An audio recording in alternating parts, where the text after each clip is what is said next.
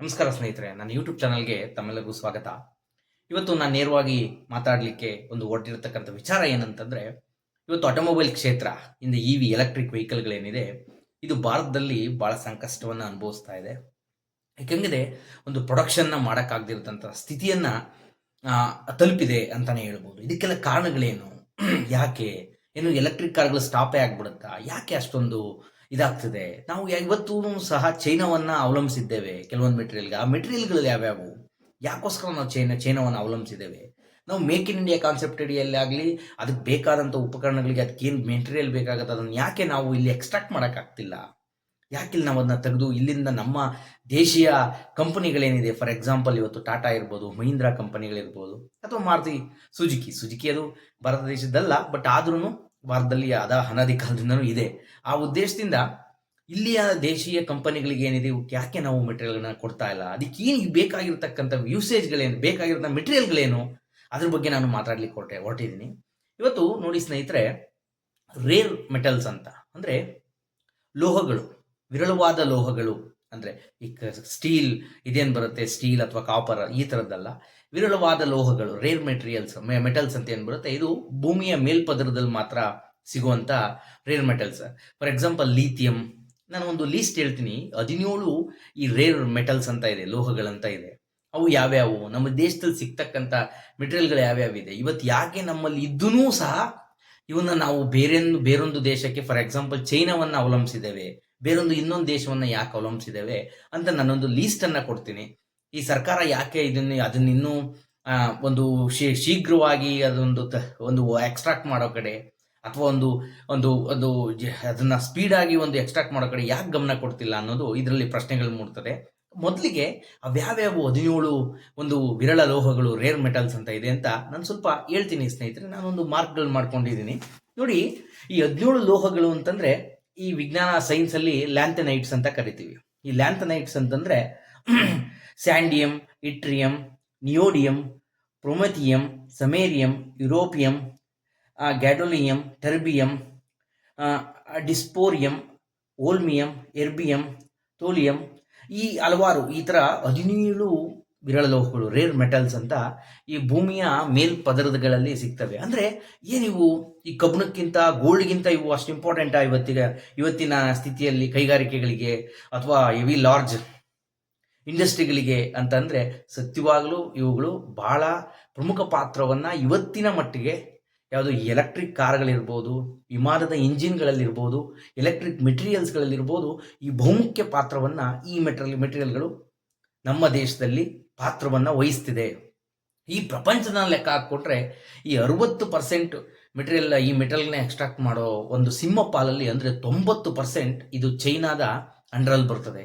China extract ಮಾಡ್ತಿದೆ, ಅವರ ದೇಶದ ಒಂದು ನ್ಯಾಚುರಲ್ ರಿಸೋರ್ಸಸ್ ಏನಿದೆ ಅಲ್ಲಿಂದ ತೆಗಿತಾ ಇದೆ, ಅದನ್ನು ಯೂಸೇಜ್ ಮಾಡ್ತಿದೆ. ಹೆವಿ ಇಂಡಸ್ಟ್ರಿಗಳಲ್ಲಿ ಈಗ EV ಕಾರ್ಗಳಿರ್ಬೋದು, ವಿಮಾನದ ಇಂಜಿನ್ಗಳಲ್ಲಿರ್ಬೋದು, ಎಲೆಕ್ಟ್ರಿಕ್ ಮೆಟೀರಿಯಲ್ಸ್ ಇರ್ಬೋದು, ಅದನ್ನು ಆ ದೇಶವೇ ತೆಗೆದು ಅಲ್ಲೇ ಎಕ್ಸ್ಟ್ರಾಕ್ಟ್ ಮಾಡಿ ಅದನ್ನ ಸೂಕ್ಷ್ಮ ರೀತಿಯಲ್ಲಿ ಅದನ್ನ ಸಂಸ್ಕರಣೆ ಮಾಡಿ ಅಲ್ಲಿನ ಕೈಗಾರಿಕೆಗಳಲ್ಲಿ, ಅಲ್ಲಿನ ಹೆವಿ ಕೈಗಾರಿಕೆಗಳಂತೇನಿದೆ ಇವತ್ತು ಎಲೆಕ್ಟ್ರಿಕ್, ನೀವು ಫಾರ್ ಎಕ್ಸಾಂಪಲ್ ನಂಬೋದಿಲ್ಲ, ಈ BYD ಅಂತ ಒಂದು ಕಾರ್ ಕಂಪ್ನಿ ಇದೆ ಚೈನಾದು. ಇದು ಯಾವ ಮಟ್ಟಕ್ಕೆ ಅಂದರೆ ಹಲವಾರು 100 ವರ್ಷದ ಹಳೆ ಕಾರ್ ಕಂಪ್ನಿ ಅಲ್ಲ, ಅದು ಹಬ್ಬಬ್ಬ ಅಂದರೆ ಹುಟ್ಟಿ ಒಂದು 20-30 ವರ್ಷ ಆಗಿರ್ಬೋದು.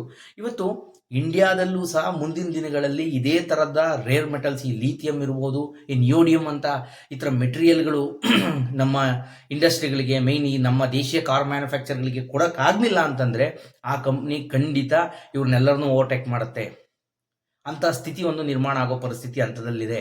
ಅವರೇನಾದರೂ, ಯಾಕೆಂದರೆ ಅವ್ರಿಗೆ ದೇಶದಲ್ಲಿ ಆ ಥರ ಅವ್ರ ದೇಶದಲ್ಲಿರೋ ನ್ಯಾಚುರಲ್ ರಿಸೋರ್ಸನ್ನು ಯೂಸ್ ಮಾಡಿಕೊಂಡು ಆ ಕಾರ್ಗಳನ್ನ EV ಕಾರ್ಗಳನ್ನು ತಯಾರು ಮಾಡ್ತಿದ್ದಾರೆ. ಅಂದರೆ ನಮ್ಮ ದೇಶದಲ್ಲಿ ಸಿಗಲ್ವಾ ಅಂತಂದರೆ ಇಡೀ ವರ್ಲ್ಡಲ್ಲಿ ಏನಿದು 17 ಏನು ರೇರ್ ಮೆಟಲ್ಸ್ ಅಂತ ಏನಿದೆ, ವಿರಳ ಲೋಹಗಳಂತೇನಿದೆ, ಆ ಸಿಗುವಂಥ ಜಾಗಗಳಲ್ಲಿ ಭಾರತ 3ನೇ ಸ್ಥಾನದಲ್ಲಿದೆ. ಅಂದರೆ 69 ಲಕ್ಷ ಟನ್ ನಮ್ಮ ಹತ್ರ ಇನ್ನು ಆ ಒಂದು ವಿರಳ ಮೆಟಲ್ಸ್ಗಳೇನಿದೆ ಅದು ಸಂಗ್ರಹಣೆ ಇದೆ, ಭೂಮಿಯಲ್ಲಿ ಸಿಗುವಂಥ ಆ ನಿಕ್ಷೇಪಗಳಿವೆ. ಆದರೆ ಅದನ್ನು ತೆಗೆದು ಎಕ್ಸ್ಟ್ರಾಕ್ಟ್ ಮಾಡೋಕ್ಕೆ ನಮ್ಮ ಕೈಲಿ ಆಗ್ತಿಲ್ಲ.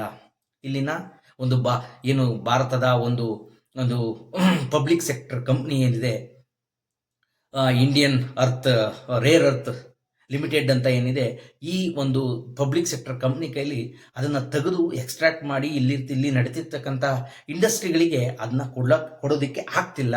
ಹಾಗಾಗಿ ನಾವು ಇವತ್ತು ಇ ವಿ ಕಾರ್ಗಳು, ಎಲೆಕ್ಟ್ರಿಕ್ ಕಾರ್ಗಳಿಗಿರ್ಬೋದು ಅಥವಾ ಇಂಜಿನ್ಗಳಿಗೆ ಅಥವಾ ಎಲೆಕ್ಟ್ರಿಕ್ ವಸ್ತುಗಳಿಗೆ ಇವತ್ತು ನಾವು ಮೇಯ್ನ್ ಆಗಿ ಚೈನಾವನ್ನು ಅವಲಂಬಿಸಿದೆ. ಈಗೇನಾಗಿದೆ ಸಮಸ್ಯೆ ಅಂತ ಕೇಳಿದ್ರೆ, ಈಗ ಈ ಅಮೆರಿಕದ ಸುಂಕ ನೀತಿ, ಟ್ಯಾಕ್ಸ್ ತಾರೀಫ್ಗಳ ನೀತಿಯಿಂದಾಗಿ ಏನಾಗಿದೆ, ಇವತ್ತು ಚೈನಾ ನಮಗೆ ಸಂಪೂರ್ಣವಾಗಿ ಇದರ ರಫ್ತನ್ನು ನಿಲ್ಲಿಸ್ಬಿಟ್ಟಿದೆ. ಇದರ ರಫ್ತನ್ನು ನಿಲ್ಲಿಸಿ ಇವತ್ತು ಆಟೋಮೊಬೈಲ್ ಕ್ಷೇತ್ರಕ್ಕಿರ್ಬೋದು, ಎಲೆಕ್ಟ್ರಿಕ್ ಅದೇನು ಮೆಟೀರಿಯಲ್ಗಳನ್ನು ಮಾಡ್ತಾರೆ ಆ ಕ್ಷೇತ್ರಕ್ಕಿರ್ಬೋದು ದೊಡ್ಡ ಹೊಡೆತ ಅಂತೂ ಸದ್ಯದ ಮಟ್ಟಿಗೆ ದೊಡ್ಡ ಹೊಡೆತ ಮುಟ್ಟಿದೆ.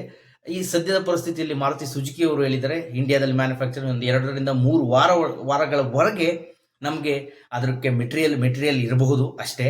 ಅದಾದಮೇಲೆ ನಾವು ಕಷ್ಟ ಆಗ್ತದೆ, ಒಂದು ಪ್ರೊಡಕ್ಷನನ್ನು ಮಾಡೋದಕ್ಕೆ ಕಷ್ಟ ಆಗುತ್ತೆ ಅನ್ನೋ ಒಂದು ಹೇಳಿಕೆಗಳನ್ನು ಕೊಟ್ಟಿದೆ. ಅಂದರೆ ನಾನು ಹೇಳ್ತಾ ಇರೋದು, ಇ ವಿ ಕಾರ್ಗಳು ಬಂದು ಆಲ್ರೆಡಿ 4-5 ವರ್ಷಗಳಿಂದ ಇದು ಆಲ್ರೆಡಿ ಅದ್ರ ಪ್ರೋಗ್ರೆಸ್ ಅಲ್ಲಿದೆ. ಇ ವಿ ಸ್ಟಾರ್ಟಿಂಗ್ ಡೇಸಲ್ಲಿ ಕೇಂದ್ರ ಸರ್ಕಾರ ಕೆಲವೊಂದು ಸಬ್ಸಿಡಿಗಳನ್ನು ಕೊಟ್ಟಿತ್ತು. ಹಾಗಾಗಿ ನಮ್ಮ ಭಾರತ ಈಗ ಚೈನಾದಲ್ಲಿ ಆ ಮಟ್ಟಿನ ನ್ಯಾಚುರಲ್ ರಿಸೋರ್ಸಸ್ ಇದ್ದನ್ನು ಅದನ್ನು ಸಂಪೂರ್ಣವಾಗಿ ಅವರು ಉಪಯೋಗಿಸ್ಕೊತಿದ್ದಾರೆ, ಆ ದೇಶಕ್ಕೆ ಉಪಯೋಗಿಸ್ಕೊತಿದ್ದಾರೆ, ಅದನ್ನ ಮಾಡ್ತಿದ್ದಾರೆ. ನಾವು ವಿಶ್ವದ 3ನೇ ಸ್ಥಾನದಲ್ಲಿ ಇದ್ದು ಆ ಒಂದು ವಿರಳ ಲೋಹಗಳು ಏನು ರೇರ್ ಮೆಟಲ್ಸ್ ಅಂತ ಸಿಗುತ್ತೆ ಅದೆಲ್ಲ ನಮ್ಮಲ್ಲಿ ಇದ್ದು ಸಹ ಅದನ್ನ ತೆಗೆದು ಎಕ್ಸ್ಟ್ರಾಕ್ಟ್ ಮಾಡೋದಕ್ಕೆ ನಮ್ಮ ಕೈಲಿ ಆಗ್ತಿಲ್ಲ ಅಂತಂದ್ರೆ ಇದು ಒಂದು ರೀತಿಯ ಸರ್ಕಾರದ ಫೇಲ್ಯೂರ್ ಆಗ್ತದೆ. ನಾವು ಇವತ್ತಿನ ಟ್ರೆಂಡ್ ಏನು ಹೋಗ್ತಿದೆ, ಇವತ್ತಿನ ಕೈಗಾರಿಕೆಗಳಿಗೆ ಏನು ಬೇಕ್ತಿದೆ, ಅದಕ್ಕೆ ಸಹಕಾರಿಯಾಗಿ ಸರ್ಕಾರಗಳು ಕೆಲಸ ಮಾಡಿಲ್ಲ ಅಂತಂದ್ರೆ ಅದು ಈಗ ನಡೆಸ್ತಿರೋಂಥ ಸರ್ಕಾರದ ಫೇಲ್ಯೂರ್ ಅಂತಾನೆ ಪರಿಗಣಿಸಬೇಕಾಗತ್ತೆ. ಈ ಒಂದು ರೀತಿಯಲ್ಲಿ ನಾವು ಕೈಗಾರಿಕೆಗಳಿಗೆ ಈ ಉತ್ಪನ್ನಗಳನ್ನ ಕೊಡೋಕ್ಕಾಗ್ತಿಲ್ಲ, ಎಕ್ಸ್ಟ್ರಾಕ್ಟ್ ಮಾಡಿ ಕೊಡೋಕ್ಕಾಗ್ತಿಲ್ಲ. ಇವತ್ತೇನು ಇಂಡಿಯನ್ ರೇರ್ ಅರ್ತ್ ಲಿಮಿಟೆಡ್ ಏನಿದೆಯಲ್ಲ, ಇದು ಚೈನಾ, ಇದು ಜಪಾನ್ಗೆ ಈ ನಿಯೋಡಿಯಂ ಅಂತ ಏನಿತ್ತು ಅದನ್ನ ಎಕ್ಸ್ಪೋರ್ಟ್ ಮಾಡ್ತಿದ್ರು, ಅಪ್ ಟು 1000 ಟನ್ವರೆಗೆ ಎಕ್ಸ್ಪೋರ್ಟ್ ಮಾಡ್ತಿದ್ರು. ಅದನ್ನ ಉನ್ನತೀಕರಣ ಮಾಡಬೇಕು ಅಂತ ಇವತ್ತು ಇದು ಜಪಾನ್ಗೂ ಸ್ಟಾಪ್ ಮಾಡಿದ್ರು. ಅಂದ್ರೆ ಅವ್ರು ಅಲ್ಲಿಂದ ಮತ್ತೆ ಅದನ್ನ ರೆಡಿ ಮಾಡಿ ನಮ್ಮ ಇಂಡಿಯಾಗೆ ಸೇಲ್ ಮಾಡ್ತಿದ್ರು, ಇಲ್ಲ ಅವರು ಎಲೆಕ್ಟ್ರಿಕ್ ಕಾರ್ಗಳಿಗೆ ಅದನ್ನ ಯೂಸ್ ಮಾಡ್ತಿದ್ರು. ಇವತ್ತು ಅದು ಸ್ಟಾಪ್ ಆಗಿದೆ.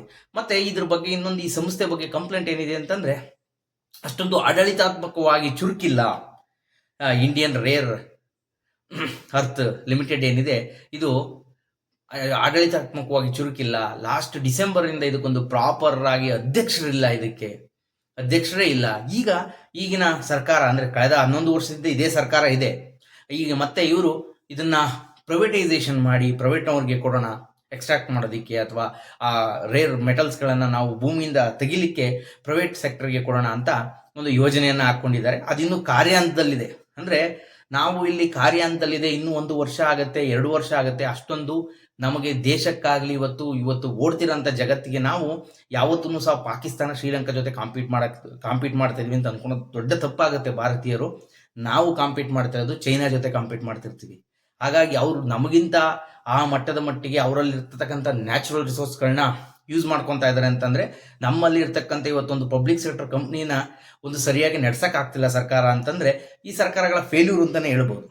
ಈ ಮುಖಾಂತರವಾಗಿ ಇದು 1950ರಲ್ಲಿ ಸ್ಥಾಪನೆ ಆಗಿದೆ. ಅಂದ್ರೆ ಇಲ್ಲಿಂದ ನೀವು ಲೆಕ್ಕ ಹಾಕೊಳ್ಳಿ, 75 ವರ್ಷದ ಹಿಂದೆ ಸ್ಥಾಪನೆಯಾದಂಥ ಪಬ್ಲಿಕ್ ಸೆಕ್ಟರ್ ಕಂಪ್ನಿ ಇವತ್ತಿಗೂ ಸಹ ನಾವು ನಮ್ಮಲ್ಲಿರ್ತಕ್ಕಂಥ ನ್ಯಾಚುರಲ್ ರಿಸೋರ್ಸ್ಗಳೇನಿದೆ ಅದನ್ನ ಯೂಸ್ ಮಾಡ್ಕೊಳಕ್ಕೆ ಆಗ್ತಿಲ್ಲ ಅನ್ನೋದನ್ನ ನಾವು ಕಟು ಸತ್ಯ. ಈ ಸರ್ಕಾರ ಬಂದು 11 ವರ್ಷ ಆದರೂ ಸಹ ಅದನ್ನ ಈ ಒಂದು ಸಂಸ್ಥೆಯಿಂದ ನಾವು ಕೆಲಸವನ್ನು ತೆಗ್ಸಕ್ಕಾಗ್ತಿಲ್ಲ ಅನ್ನೋದನ್ನು ಸತ್ಯವನ್ನು ಒಪ್ಕೋಬೇಕಾಗ್ತದೆ. ಹಾಗಾಗಿ ನಾವು ಪ್ರೈವೇಟೈಸೇಷನ್, ಎಲ್ಲದನ್ನೂ ಪ್ರೈವೇಟೈಸೇಷನ್ ಕೊಡ್ತೀರಾ? ಅದು ಪ್ರೈವೇಟೈಸೇಷನ್ ಕೊಟ್ಟರೆ ಏನಾಗುತ್ತೆ, ಅವರಿಗೆ ಸಬ್ಸಿಡಿಯನ್ನು ಕೊಡಬೇಕಾಗತ್ತೆ. ಈಗ ಕೇಂದ್ರ ಬೃಹತ್ ಕೈಗಾರಿಕೆ ಮಂತ್ರಿಗಳು ನಮ್ಮವರೇ ಆಗಿರೋದ್ರಿಂದ, ಕುಮಾರಸ್ವಾಮಿಗಳೇ ಆಗಿರೋದ್ರಿಂದ ಅವರು ಈಗ 1,000 ಕೋಟಿವರೆಗೂ ಸಬ್ಸಿಡಿಯನ್ನು ಕೊಡಬೇಕಾಗುತ್ತೆ. ಲೆಸ್ ದೆನ್ 1000 crores ಸಬ್ಸಿಡಿ ಕಂಪ್ನಿಗೆ ಕೊಡಬೇಕಾದಾಗ ಅವರೇ ಕೊಡಬಹುದು. ಮೋರ್ ದೆನ್ 1000 crore ಕೊಟ್ಟಾಗ ಅದಕ್ಕೆ ಸಂಪುಟ ಸಭೆಯ ಒಂದು ಅನುಮೋದನೆ ಬೇಕಾಗತ್ತೆ. ಇವೆಲ್ಲ ಕಾನೂನಾತ್ಮಕವಾಗಿ, ಒಂದು ಆಡಳಿತಾತ್ಮಕವಾಗಿ ಷರತ್ತುಗಳಿರ್ತವೆ. ಹಾಗಾಗಿ ಈ ತರದ ಒಂದು ಬೃಹತ್ ಕೈಗಾರಿಕೆಗಳಿಗೆ ಬೇಕಾಗಿರ್ತಕ್ಕಂಥ ಯೋಜನೆಗಳನ್ನು ರೂಪಿಸುವಾಗ ಇಷ್ಟೊಂದು ತಡ ಮಾಡಿಕೊಂಡು ನಾವು ಯಾವುದೋ ಇರ್ತಕ್ಕಂಥ ಪಬ್ಲಿಕ್ ಸೆಕ್ಟರ್ ಕಂಪನಿಯಿಂದ ಈ ಥರದ ಕೆಲಸವನ್ನು ಕಡಿಮೆ ಮಾಡಿಸಿ ಅಲ್ಲಿಂದ ನಾವು ರಿಸಲ್ಟ್ಗಳನ್ನ ತಗೊಳೋದಲ್ಲೇ ಇನ್ನೂ ಔರಂಗಜೇಬ್ ಕತೆಗಳನ್ನ, ಇನ್ನೊಂದು ಕತೆಗಳನ್ನ ಹೇಳ್ಕೊಂಡಿರೋದಕ್ಕಾಗಲ್ಲ. ಹಾಗಾಗಿ ಇವತ್ತು ನಾವು ಚೈನಾ ಏನು ಮಾಡ್ತಿದೆ, ಏನು ಬೇಕಾಗಿದೆ, ನಮ್ಮ ಭಾರತೀಯ ಕೈಗಾರಿಕೆಗಳಿಗೆ ಏನು ಬೇಕಾಗಿದೆ ಅನ್ನೋದನ್ನ ಮನಗಂಡು ಇವತ್ತು ನಾವು ಇದ್ರ ಮೇಲೆ ಕಾನ್ಸಂಟ್ರೇಟ್ ಮಾಡಬೇಕಾಗಿದೆ. ಹಾಗಾಗಿ ಇನ್ಯಾವುದೇ ಥರದಲ್ಲಿ ನನಗನ್ಸಿದ ಮಟ್ಟಿಗೆ ಈಗ ಚೈನಾ ಏನು ಎಕ್ಸ್ಪೋರ್ಟ್ ಮಾಡ್ತಿದ್ದು ಅದು ನಿಲ್ಸಿರೋದ್ರಿಂದ ಬಹುತೇಕ ಭಾರತೀಯ ಕಂಪನಿಗಳೇನಿದೆ, ಇವಿ ಎಲೆಕ್ಟ್ರಿಕ್ ವೆಹಿಕಲ್ಗಳನ್ನು ತಯಾರು ಮಾಡುವಂಥ ಕಂಪನಿಗಳೇನಿದೆ, ಇವಕ್ಕೆ ಸಂಕಷ್ಟ ಆಗಿರೋದು ಅಂತೂ ಸತ್ಯ. ಅದೊಂದೇ ಇಂಡಸ್ಟ್ರಿ ಅಂತಲ್ಲ, ಈ ಮೆಟೀರಿಯಲ್ ಏನು 17 ರೇರ್ ಮೆಟಲ್ಗಳನ್ನು ಯೂಸ್ ಮಾಡಿಕೊಂಡು ಮಾಡ್ತಾರೆ, ಆ ರಿಲೇಟೆಡ್ ಎಲ್ಲ ಕೈಗಾರಿಕೆಗಳಿಗೆ ಬಹುದೊಡ್ಡ ತೊಂದರೆ ಆಗಿರೋದಂತೂ ಸತ್ಯ. ಇನ್ನಾದರೂ ಸಹ ಕೇಂದ್ರ ಸರ್ಕಾರ ಎಚ್ಚೆತ್ತು ಈ ಬೇರೆ ಫೇಕ್ ನರೇಟಿವ್ಗಳನ್ನು ಬಿಟ್ಟು ಇತ್ತ ಕಡೆ ಗಮನ ಕೊಡಬೇಕು.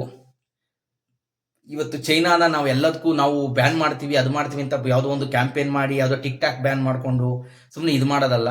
ಇಂಥವಕ್ಕೆ ನಾವು ಸ್ವಾವಲಂಬನೆಯನ್ನು ಕಲಿಬೇಕಾಗತ್ತೆ. ಈ ಥರದ ನಮ್ಮ ಭಾರತದಲ್ಲಿ ಇರ್ತಕ್ಕಂಥ ನ್ಯಾಚುರಲ್ ರಿಸೋರ್ಸ್ಗಳನ್ನು ನಾವು ಆದಷ್ಟು ಬೇಗ ಯೂಸ್ ಮಾಡಿಕೊಂಡು ದೇಶದ ಅಭಿವೃದ್ಧಿಗೆ ಪೂರಕವಾಗಿ ಕೆಲಸ ಮಾಡಬೇಕಾಗತ್ತೆ. ಇನ್ನಾದರೂ ಕೇಂದ್ರ ಸರ್ಕಾರ, ಸನ್ಮಾನ್ಯ ಪ್ರಧಾನಮಂತ್ರಿಗಳು ಇಂಥವನ್ನೆಲ್ಲ ಗಮನಿಸಿ ಇನ್ನಾದರೂ ಈ ಥರದಕ್ಕೆ ಕೈಗಾರಿಕೋದ್ಯಮಿಗಳಿಗೆ ಸಹಾಯ ಆಗುವ ರೀತಿಯಲ್ಲಿ ಒಂದು ಸರ್ಕಾರವನ್ನು ನಡೆಸಬೇಕು, ಅದು ಮನಗಂಡು ನಡೆಸಬೇಕು ಅಂತ ಈ ಮುಖಾಂತರವಾಗಿ ಕೇಳ್ಕೊತೀನಿ ಸ್ನೇಹಿತರೆ. ಯಾಕಂದರೆ ಇಲ್ಲಿ ನಾವು ಯಾರು ಪರ ಅಥವಾ ವಿರೋಧವನ್ನು ಮಾಡುವಂಥ ಸ್ಥಿತಿ ಇಲ್ಲ. ದೇಶಕ್ಕೆ ಯಾವ್ದು ಒಳ್ಳೆಯದು, ಸರ್ಕಾರಕ್ಕೆ ನಾವು ಏನು ಕ್ವಶನ್ ಮಾಡಬೇಕು, ಏನು ಮಾಡಬೇಕಾಗಿದೆ ಸರ್ಕಾರ ಅನ್ನೋದನ್ನ ನಾವು ಒತ್ತಿ ಹೇಳ್ತಾ ಇದ್ದೀನಿ ಅಷ್ಟೇ, ಬಿಟ್ಟರೆ ಇಲ್ಲಿ ಯಾವುದೇ ಪರ ಅಥವಾ ವಿರೋಧವಲ್ಲ. ಸರ್ಕಾರ ಮಸ್ಟ್ ಅಂಡ್ ಶುಡ್ ಇದನ್ನು ಮಾಡಬೇಕು. ಅದು ಯಾವುದೇ ಗೌರ್ಮೆಂಟ್ ಇಲ್ಲಿ ಇದನ್ನ ಮಾಡಬೇಕು. ಇವತ್ತು ನಾವು ಬೇರೆ ದೇಶಗಳನ್ನ ಅವಲಂಬಿಸಿದೀವಿ.